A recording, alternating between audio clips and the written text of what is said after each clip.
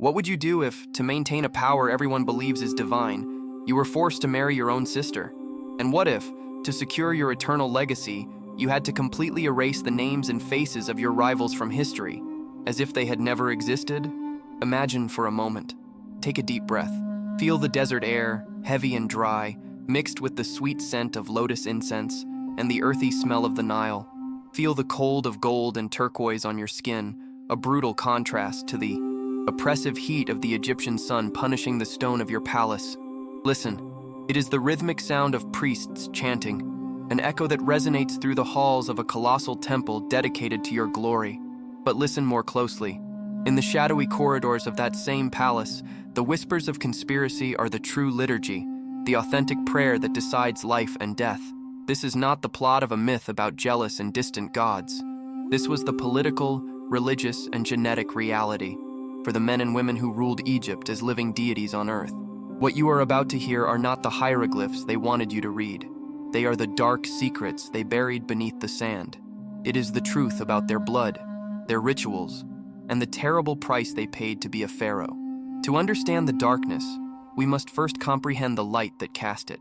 At the center of the Egyptian universe was not the sun, nor an abstract god. It was the pharaoh. He was the axis upon which all existence turned, the guarantor of Ma'at, the cosmic concept of order, truth, and justice. He was not merely a king.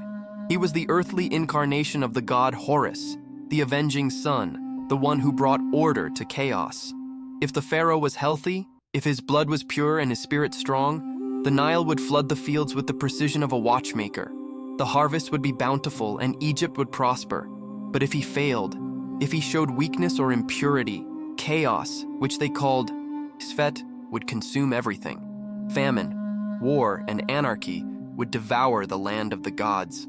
This theological pressure, this cosmic weight on the shoulders of one man, justified any measure, no matter how extreme, to protect his power and his purity. Added to this burden was an obsession that defined every aspect of their culture: eternity. Life on Earth was seen as a brief and fleeting prelude, a mere antechamber to an eternal and far more important journey in the afterlife, the Duat.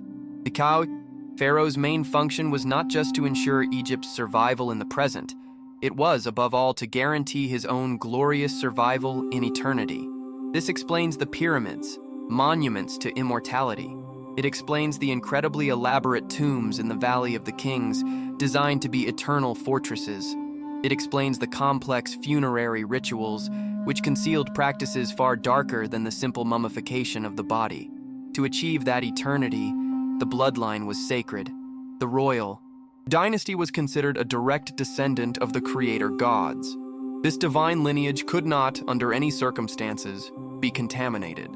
The sacred blood was not to be mixed with that of mere mortals. And to maintain that purity, to preserve the essence of the gods in their veins, one solution became a terrifying tradition. Marriages between siblings, and sometimes even between father and daughter, became common practice in the royal family. A tradition they believed brought them closer to the gods, but which was in fact unleashing a devastating genetic curse upon their own house. The obsessive quest for blood purity, through systematic incest, transformed the royal lineage into a genetic nightmare.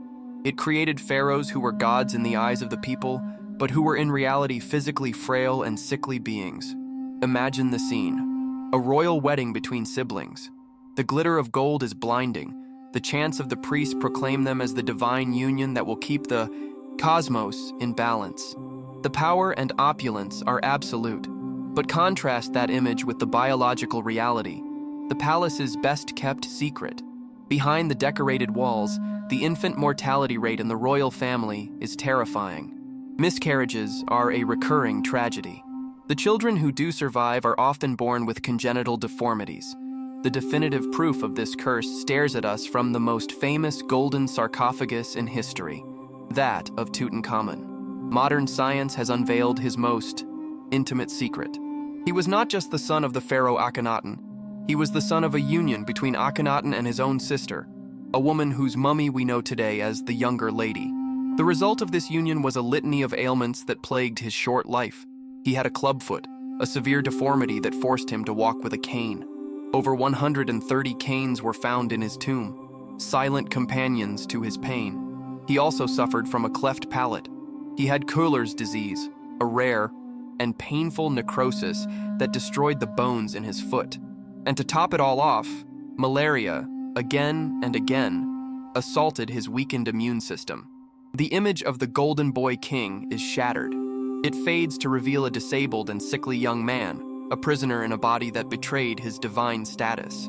Think of the paradox: to be worshipped as the embodiment of perfection, a living God, while inhabiting a fragile body, tormented by chronic pain. Imagine the crushing pressure of having to rule an empire, to lead armies into battle, when the simple act of walking was a daily challenge, a constant agony. For a sick pharaoh like Tutankhamun, medicine was a desperate battle fought on two fronts: the physical and the spiritual. Egyptian doctors were surprisingly skilled. They were surgeons capable of trepanning skulls and dentists who performed complex dental bridges. But their science was inextricably linked with magic. An illness was not just a failure of the body. It was frequently an attack by a demon, the result of a curse, or the manifestation of a god's wrath. Thus, treatments were a strange mix of the practical and the supernatural. Imagine a doctor reciting a spell over an open wound before suturing it. Picture a feverish pharaoh, covered in protective amulets to ward off the evil spirits they believed were causing the illness. Medical prescriptions were equally bizarre. A papyrus might recommend a practical herbal remedy, and right next to it, a potion that included crocodile dung or bat's blood, ingredients chosen for their symbolic magical properties. For the young Tutankhamun, each day of pain meant a new round of rituals. Doctors fought his bone necrosis and malaria with scalpels and splints, as much as with incantations and offerings. A desperate war against a curse they did not understand, because they carried it in their own sacred blood. In the earliest and most brutal dynasties, the pharaoh's journey to the afterlife was not a solitary one. His passage to the beyond demanded a terrible tribute: the ritual sacrifice of his servants, guards, and concubines so they could continue to serve him in eternity. Travel back in time to a royal burial in the necropolis of Abydos during the First Dynasty. The pharaoh's body, wrapped in linen, is sealed in his main tomb. Silence falls over the desert. But the ritual is not over. In dozens, sometimes hundreds of subsidiary graves dug around the king's tomb, his most loyal servants, his strongest. Guards, his musicians and concubines, prepare for their own end. Some drink poison from a ceramic cup, in a final act of obedience. Others are ritually executed, with a precise blow to the head. They are placed in their graves in a silent, orderly procession, ready to awaken alongside their lord in the duat. This is not a macabre myth. It is a grim archaeological fact, written in the bones. The tombs of pharaohs like Jer and Aha are surrounded by hundreds of servants' graves, all buried at the exact same time as their king. The practice was so brutal that over time, it was abandoned. It was replaced by the use of small figurines, the shabtis, which would magically come to life to serve the pharaoh in the afterlife. But the existence of these sacrificial cemeteries reveals a chilling truth about the value of human life. The life of a servant, however loyal, had no intrinsic worth. Their sole purpose was to serve in life and, above all, in death. Imagine the horror. To be one of the king's favorites, a trusted servant, a personal guard, and to know that your loyalty and service do not guarantee you a long life, but quite the opposite. Imagine receiving the honor of being chosen to die alongside your master. A lifetime of loyalty paid for with a forced death, all in the name of one man's belief in eternal life. The greatest fear of an Egyptian was not death. Death was merely a transition. The real terror, the absolute end, was oblivion. And the pharaohs used this fear as the ultimate political weapon, erasing their enemies not just from life, but from existence itself. Listen, it is the methodical, chilling sound of a chisel striking stone on a temple wall, a sound repeated over and over under the scorching sun. It is the workers, carrying out the new pharaoh's orders. They are scraping, destroying, pulverizing the cartouche that contains the name of a predecessor.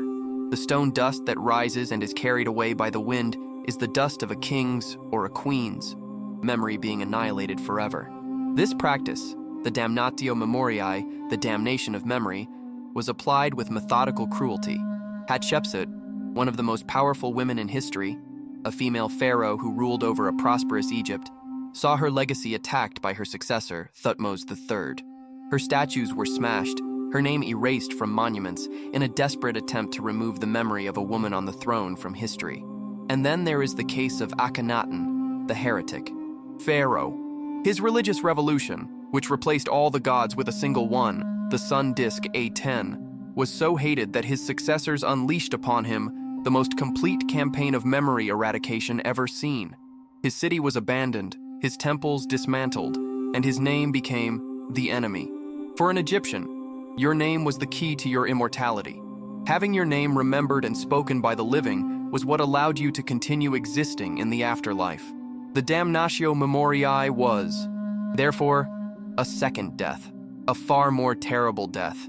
It was a condemnation to the eternal void, to non-existence. It was the ultimate demonstration of absolute power. The power not only to kill your enemy, but to rewrite reality to state that they had never, ever existed. The popular image of the pharaoh's harem is that of a palace of pleasure, a sanctuary of luxury and exotic beauty. But the reality was far more dangerous. It was a nest of vipers, a center of political intrigue where the most dangerous conspiracies were hatched. The pharaoh had many wives, often foreign princesses to seal alliances, but only one held the title of Great Royal Wife, and only her son was, by right, the heir to the throne. The secondary wives and their sons lived in an environment of fierce competition. Each one dreamed that her own son would sit on the throne of the two lands, and some were willing to do anything to achieve it. The bloodiest proof of this is the harem conspiracy against Pharaoh, Ramesses III. One of his secondary wives, named Tie, desperate to place her son Pentaur in power, hatched a plot to assassinate the king. It involved high court officials, magicians who prepared spells to weaken the pharaoh, and harem servants. For a long time, the outcome of this conspiracy was a mystery, but modern science has solved the case.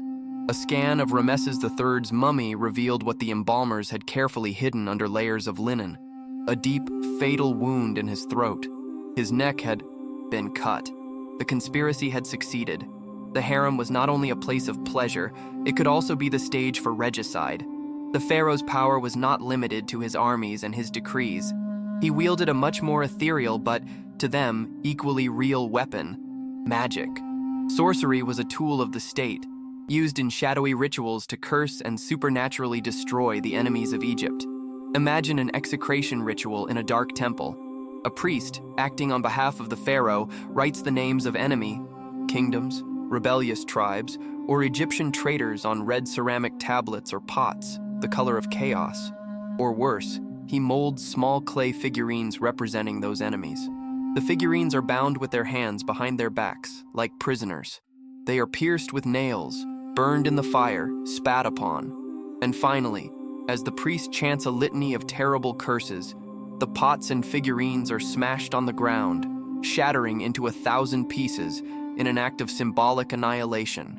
This was not an isolated superstition. It was an official state practice.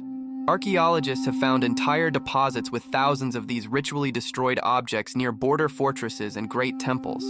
It was a form of psychological and spiritual warfare. The Egyptians firmly believed that the destruction of the symbol, of the name of the enemy, would bring about their actual destruction on the battlefield. This reveals a mindset where magic was not a fairy tale, but a technology of power. The pharaoh, to protect Egypt, had to fight on two fronts: the physical, with his soldiers and chariots, and the supernatural, with his priests and his curses. It shows the deep paranoia that nested in the heart of an empire that, despite its magnificence and power, constantly felt surrounded by the forces of chaos, forces that had to be fought not only with the sword, but also with dark rituals. The pharaoh's justice, as the representative of the gods on earth, was a reflection of that power, swift, merciless, and designed to terrify. Punishments did not seek the rehabilitation of the criminal, but their exemplary annihilation to serve as a warning to all others. Imagine the scene of a public execution. The heat is suffocating. Flies buzz over the sweating crowd. In the center of the square, a tomb robber, guilty of the worst sacrilege, is impaled on a sharp wooden stake. It is not a quick death. It is a slow, public agony, a spectacle of horror under the sun, designed to engrave in the mind of every spectator the price of defying the God King's law.